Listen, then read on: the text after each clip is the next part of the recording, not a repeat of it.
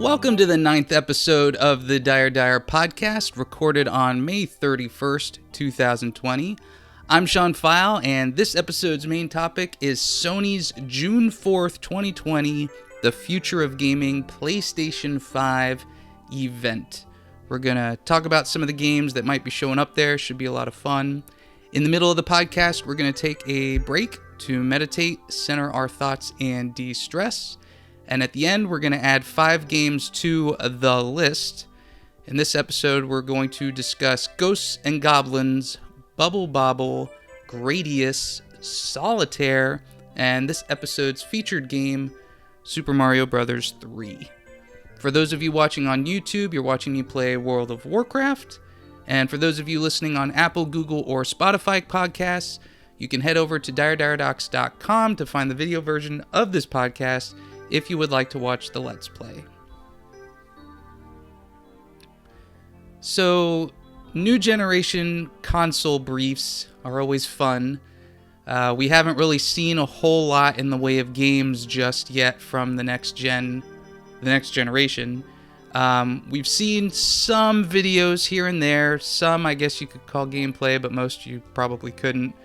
I think it started back at the Game Awards 2019, and followed up with some random trailers here and there. Xbox and Microsoft, they did a thing not too long ago that showed off some videos and some trailers. But now it's Sony's turn, and I have a feeling they're going to be coming to the battle with some real good stuff. The article from Sony announcing this event talks about how they've already discussed the specs of the console and they've already shown off the controller, but now it's time to talk about games. So this event, which is about an hour long, just over an hour, is probably going to focus just on games. I don't know if we're going to get a price. I don't know if we're going to see the console itself. They do say that they've got lots more information to share after this event, so I could see them potentially dropping a bunch of games, getting a lot of buzz, and still waiting for Microsoft to announce what their price point is going to be.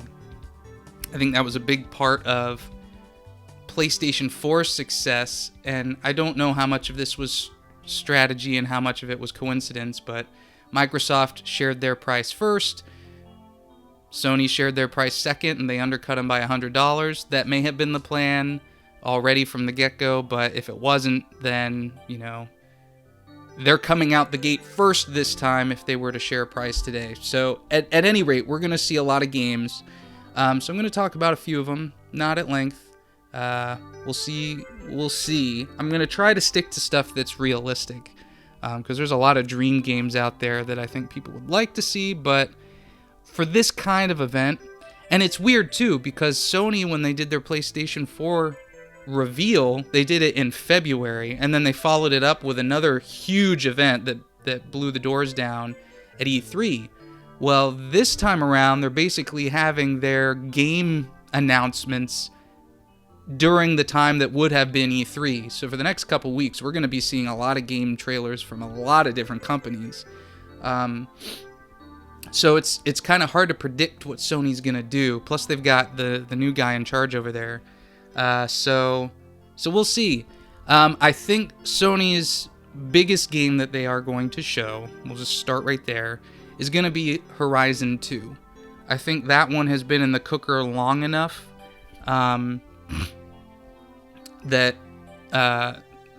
they've probably got something that will be ready for launch, and it's going to be Horizon. Maybe not launch day, but certainly launch window. And I think this will be the event where we see them showcase this game big time. Like this will be their centerpiece of the show, will be Horizon. I still haven't beat the original, but it's a massive game. It's a huge game. It's breathtaking. You can put dozens of hours into it, and I think that would be a sequel to that game would be the perfect title to launch your console alongside. So expect to see a lot of Horizon 2. I'm not a big fan of racers, but I think the next Gran Turismo is going to show up here. When PlayStation 4 had its reveal, they brought out Drive Club, so they're going to need a racer this time around, and Gran Turismo is going to be it. So be ready to see that. Outside of those two specific games, I can't say that there's anything that's really a lock. We know that Team Ico has been working on something. They haven't, to my knowledge, we haven't seen anything about what they've been working on, but it's been a few years. I think that came out in 2015, maybe 2016. Maybe it was 2016 it came out. Holiday 2016, so it's been 4 years.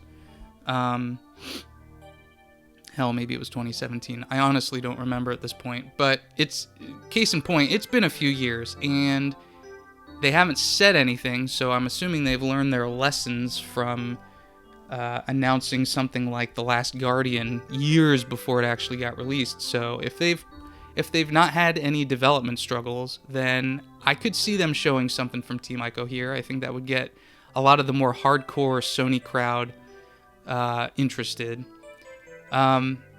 There's a lot of games they could tease. I don't think any of these games that I'm about to list are going to show up in the launch window of the console.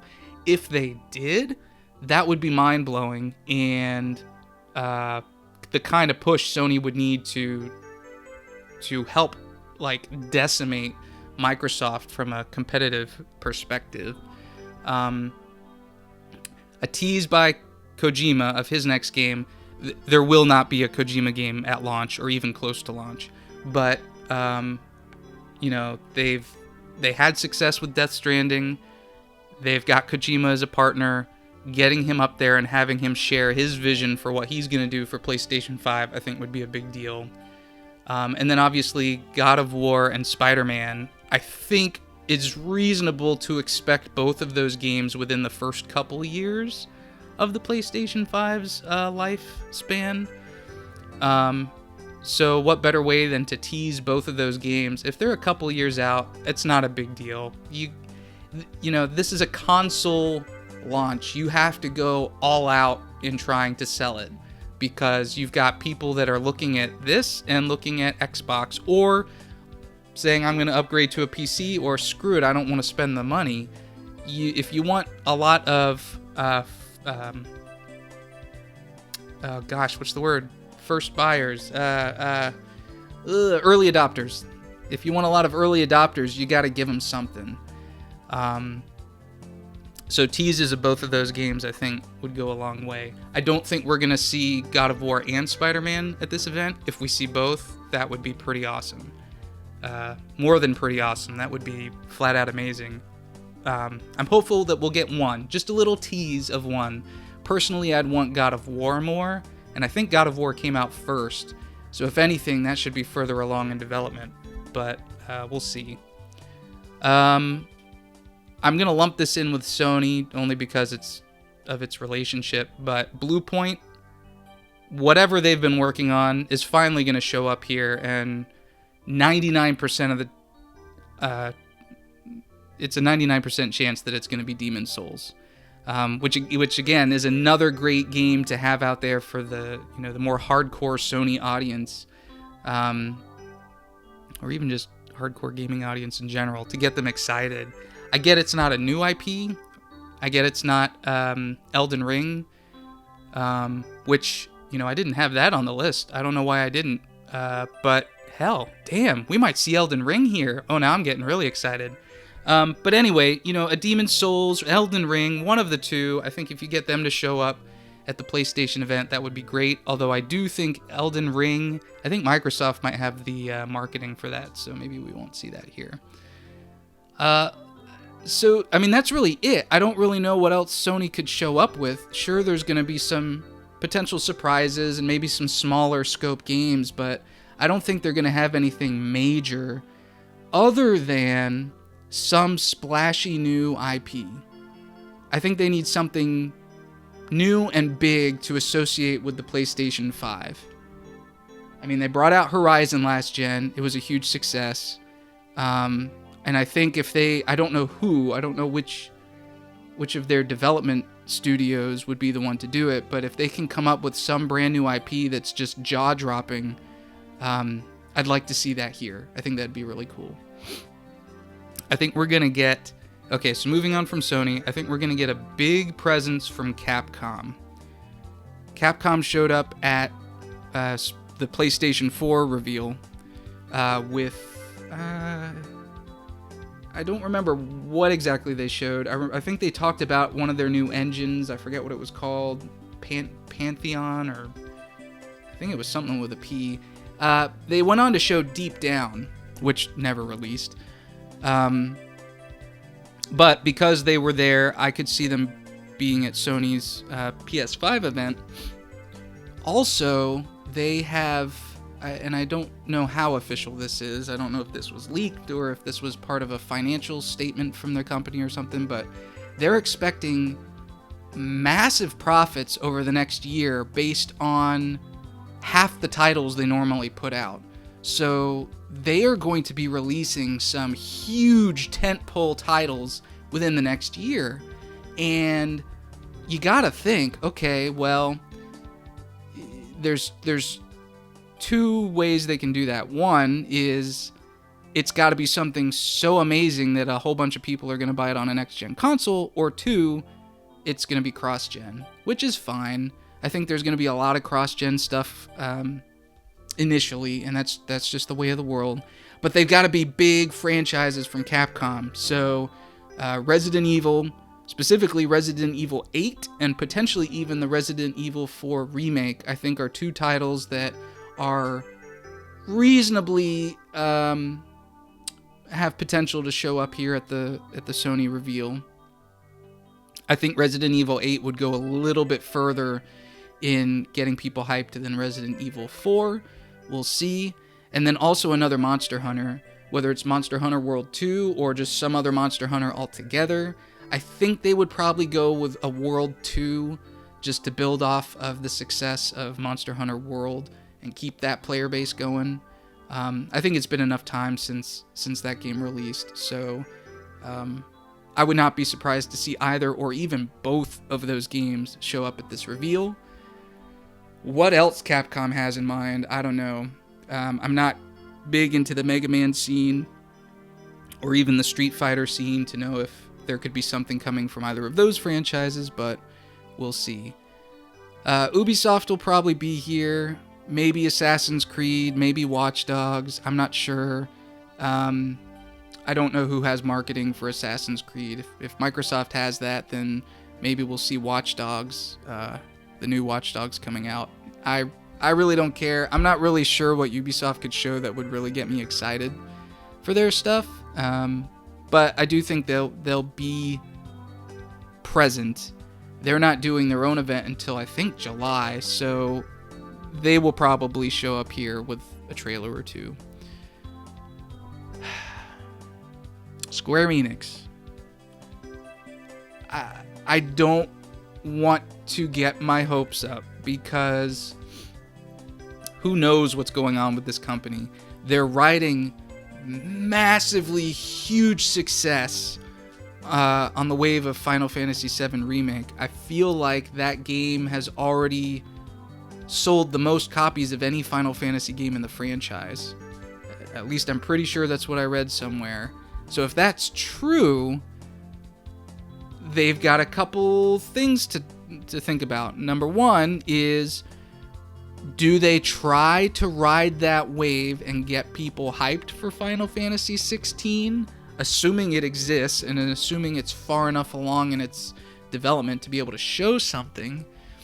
Or do they not? And I think a lot of it's going to depend on where 16 is at in its development cycle. If it's coming out within the next year or two, which it very well might, then yeah, show it now. If it's not going to be out for another 4 or 5 years, then no, we're not going to see it. But you have to think, they just released Final Fantasy VII Remake. The next installment of Final Fantasy VII's not coming for, I would say, at least 3 more years. So they've got to put something in between there, meaning within the next year and a half, Final Fantasy 16, that'd be great. Show it off here. And if it's not Final Fantasy 16, maybe they will show off whatever they're doing with Kingdom Hearts, whatever the next installment is of that. And I think there's a few different things they're doing with Kingdom Hearts. I have a feeling whatever the next entry is going to be more of a side story than a main chapter. But either way, it'd be cool to see that here, if that's what's coming. I don't know what else Square Enix could show. They've, at least for things that have not yet been announced. We've got Nier Replicant coming.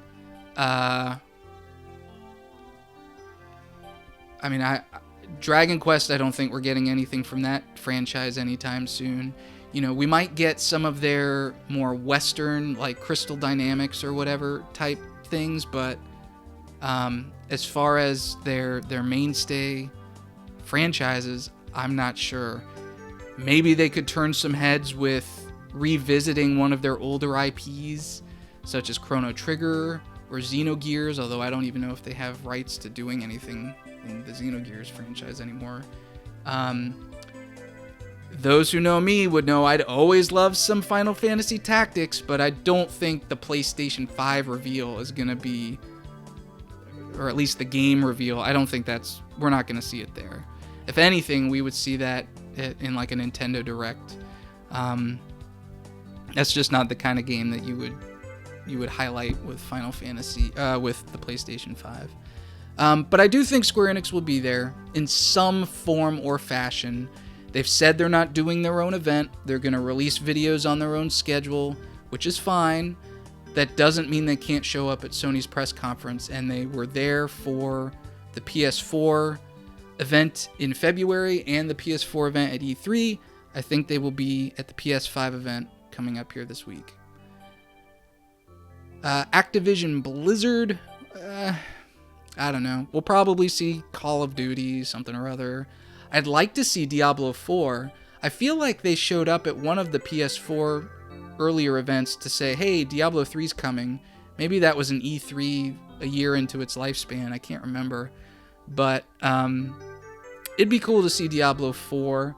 I'm not sure that anything Blizzard would actually show up here just because of how they like to do things with BlizzCon. But again, it's a next-gen console games lineup reveal. I mean, things are a little bit different than the normal E3-like press conference. I mean, we're in completely different times now, and so I'd like to think that anything could happen. So we'll see. I don't think we're going to see Electronic Arts at this show at all. They've got their own show coming up the week following. They're going to do their own EA something or other presentation. So I suspect we'll see a lot of stuff there, but I don't think we'll see it at the PS5 event. And I don't think Bethesda will show up here either.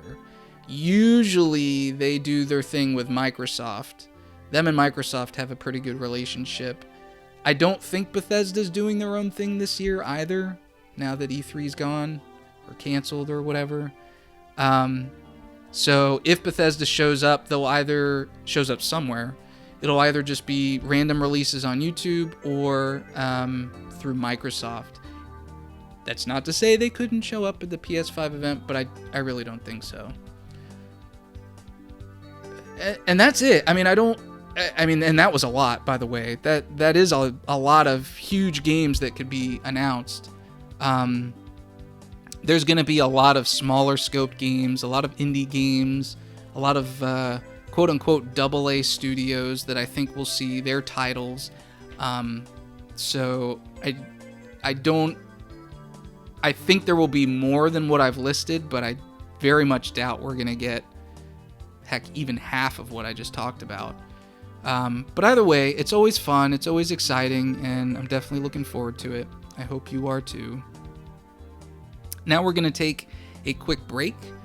I want everybody to take a deep breath relax, and meditate with some music from Halo 3.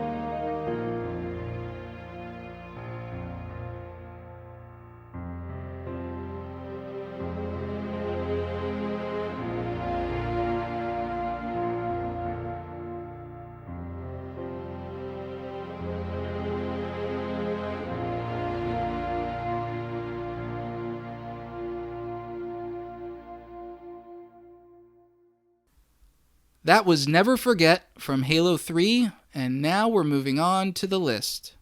The list is a continually growing record of every game I have ever played. With today's 5 inductees, there are now 50 games on the list. I'm going to talk about each of the new games and then reveal their ranking. You can see the most up-to-date list on diredocs.com. Going to jump right in. Game number 1 is Ghosts and Goblins on the NES. I did not play this game very much. I really didn't like it. Pretty sure I only rented it from Blockbuster once and played it in random, in college, probably on a ROM, or definitely played it again on the NES Classic, and it's not the game for me. I think what strikes me about it is how simple and gross some of the enemies look. Like the zombies and the flying red demon thing that you fight in the first area. It's man, this looks really bad even for a Nintendo game. It almost looks like an Atari level type thing. And maybe Ghosts and Goblins started on Atari, I really don't know. But yeah, I didn't play this game a whole lot as a kid, but I did play it, so it's got to get ranked. So out of 50, Ghosts and Goblins comes in at 44th on the list, just above Space Harrier. Second game is Bobble. This game I played a little bit more than Ghosts and Goblins. We probably rented this a few times from Blockbuster. It's definitely a more accessible game. I mean, it's easier. It's a fun game to play co-op, and I don't have too many memories of this game, but you know, I like the character designs. It's very simple. You just go around, blow bubbles on the enemies, and then pop them, and then you proceed to the next level. It does get pretty interesting. Like I looked at some YouTube videos of some of the later levels, and now I kind of see why it has a reputation, in a good way. But I never got that far. I think I got bored with it pretty early on because it's a very, and maybe this was in an arcade, I don't know, but it has a very arcade feel to it, and I'd already progressed past those kinds of games, so not something that I'm going to rank very high. I'm going to rank it 40th out of 50, just above Where in the World is Carmen Sandiego. Game number 3 is Gradius. Now, it's funny, I just talked about arcade-type games and how I wasn't too much into them, but games like Gradius feel a little bit different to me. They're a little bit more... There's more to them, right? It has its different systems, its ability to level up your ship with different powers and defenses. The music's great. I love the side-scrolling. It's you feel on the edge of your seat. There's always something new coming, and if you go listen to the Super Mario Brothers podcast, I don't remember what episode it was, but I talk a lot about how there's this sense of wonder, like what's around the next corner, and games like Gradius had that. A game like Bobble didn't, because it's all confined to the single screen that you're in. So I was really into Gradius. We didn't own it, I don't think, and I definitely didn't play it all that much. There was a Sega Genesis game that was more in the genre of Gradius that I was into. I feel it was Thunder Force. I'm not sure if that's the right game, if that's what I'm thinking of, but Gradius was great, and I'm going to put it in 23rd out of 50, just above Little Nemo the Dream Master.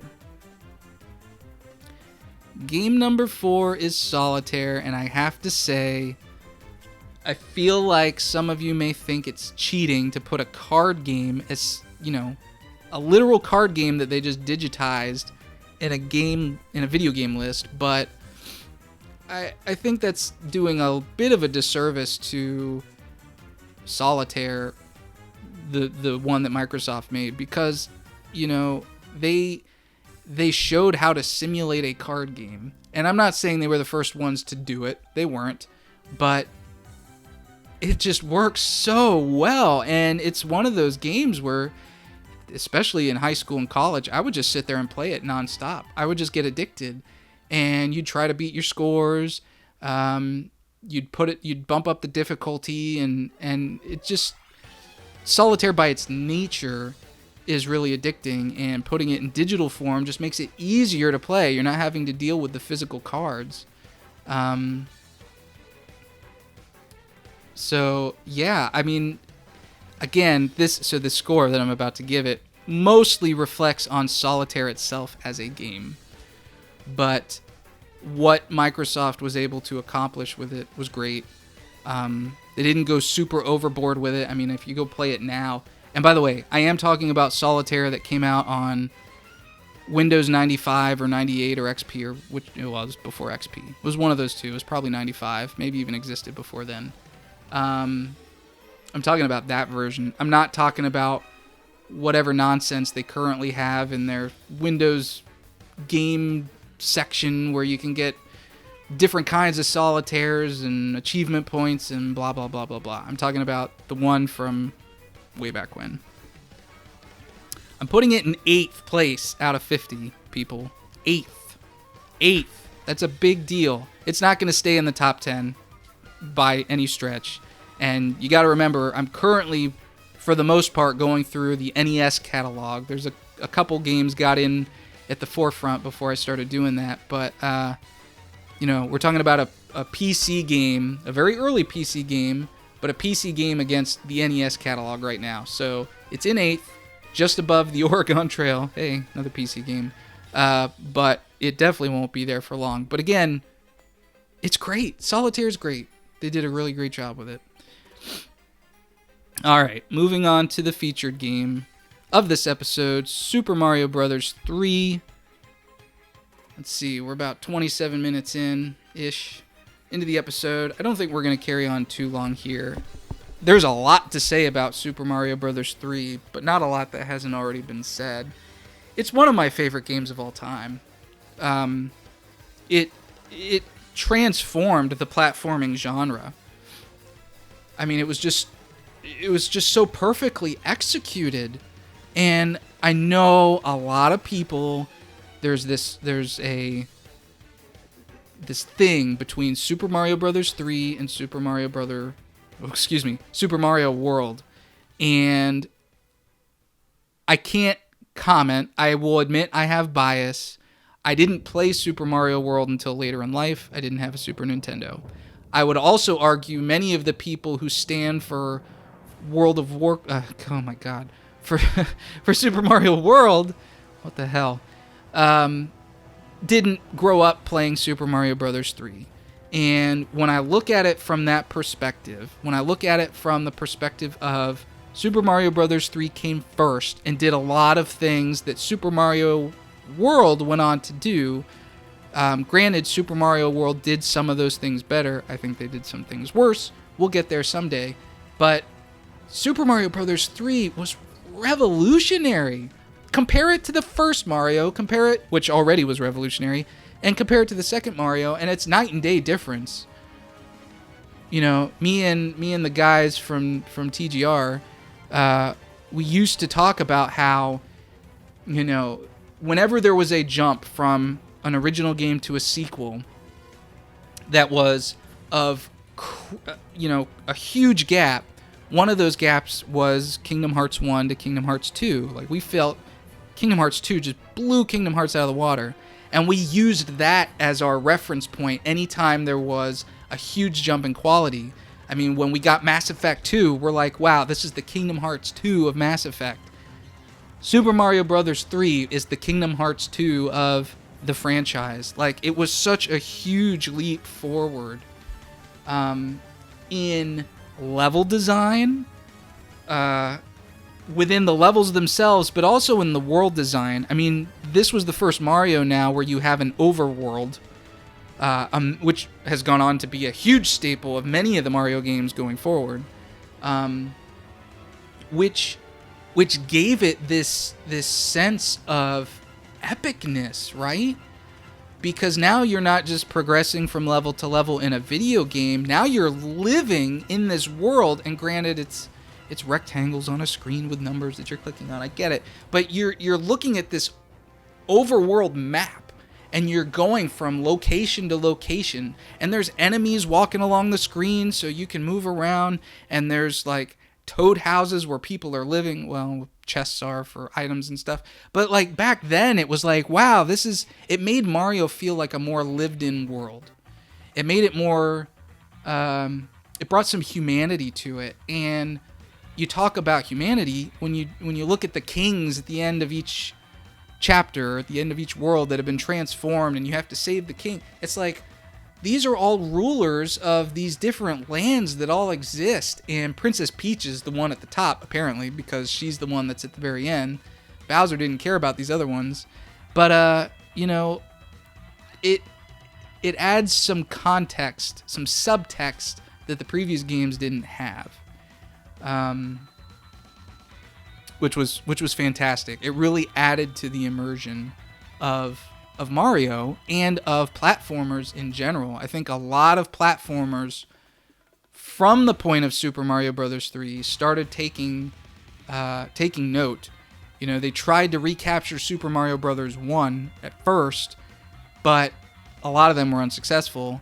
A lot of them did okay, but then Super Mario Bros. 3 was the game that said, okay, you're trying to copy? Well, this is how you evolve instead of just copy. I know that's a lot of very high-level discussion on Super Mario Bros. 3.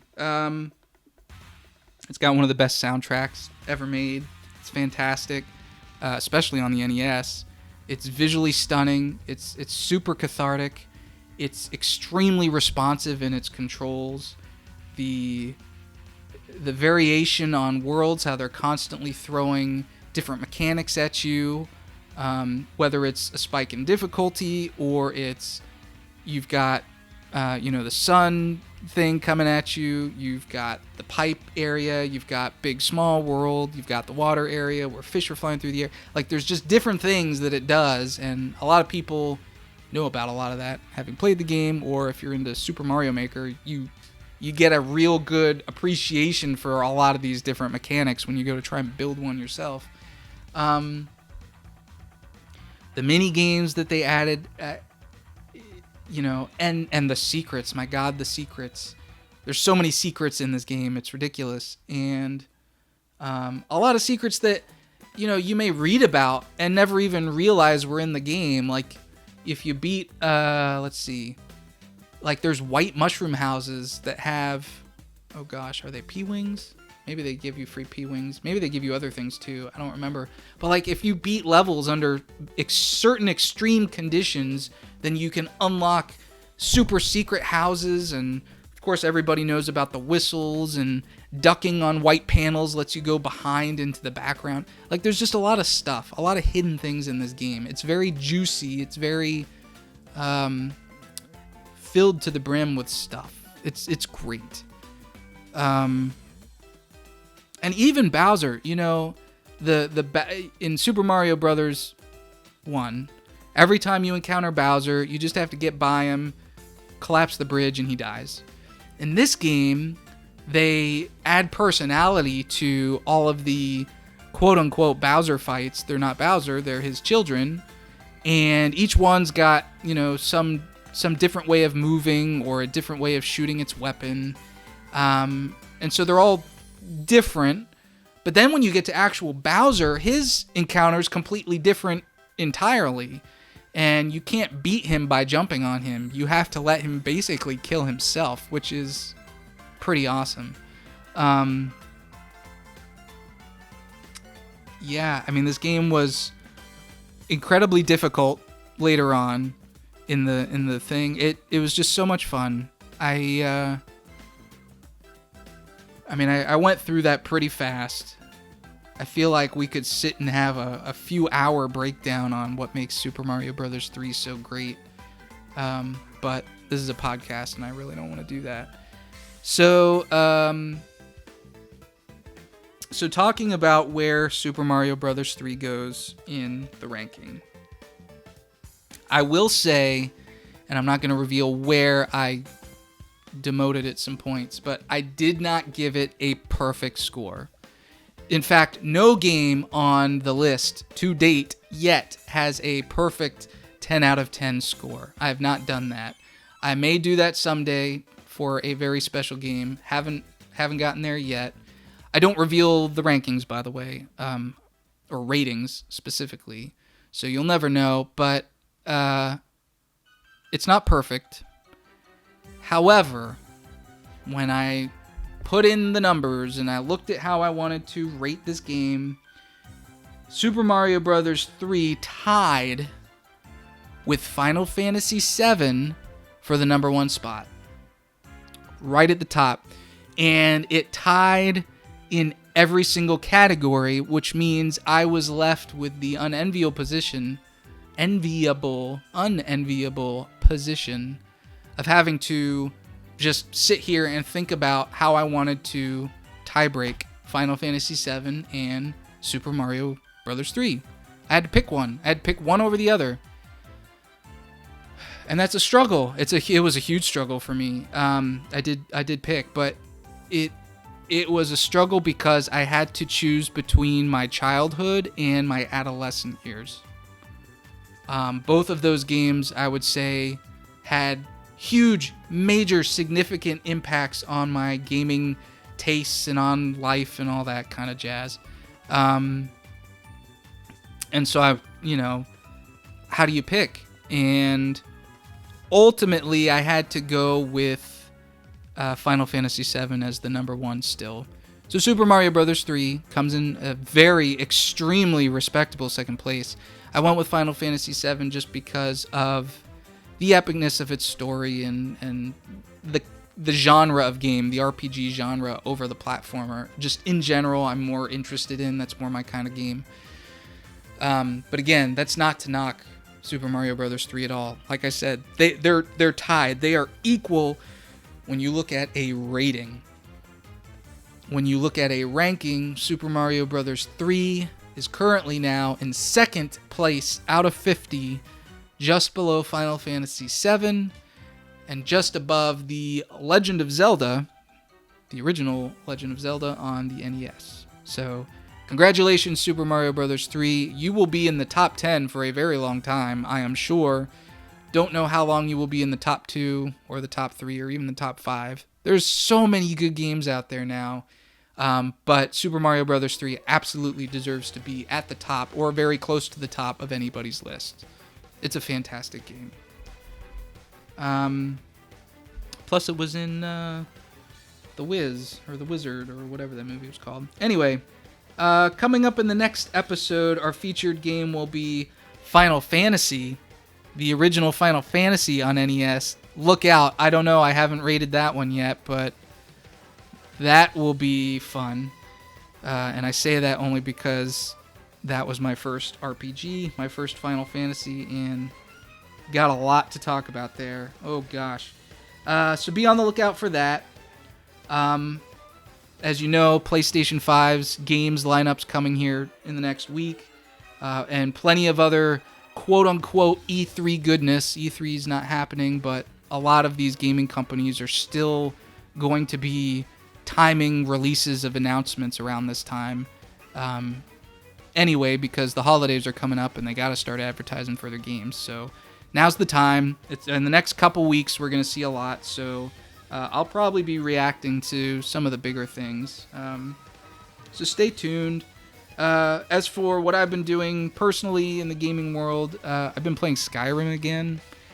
I started doing this role-playing thing where I was pretending to be the original Daedric Prince, and I got thrust out or something or other.